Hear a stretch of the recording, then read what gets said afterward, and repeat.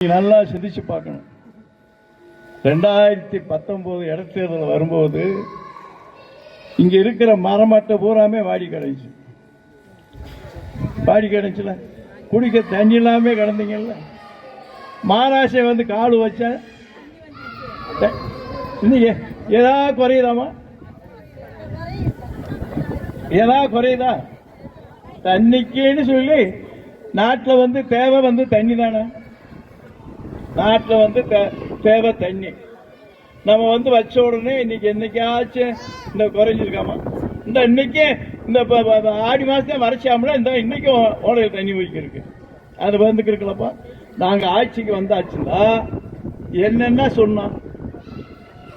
மக்களே, நீங்க கஷ்டப்படாம 4 மணி வரைக்கும் வேலை செய்யுங்க. 4 மணிக்கு மேல உங்க ஓசியா பஸ்ல போய் தேனிக்கு போங்க, ஆண்டிட்டி போங்க, உசிலமிட்டி போங்க. ஆம்பளை ஆள் பூரா வீட்டுல சோறாக்கணும்னு சொல்லிட்டு போனேன். இப்ப அதே மாதிரி எல்லா இடத்துக்கும் போய் வாரீங்கல்ல. 3 ஆண்டுல எவ்வளவு வேலை நடந்திருக்கு. இப்ப இந்த ரோடு போட போறோம்.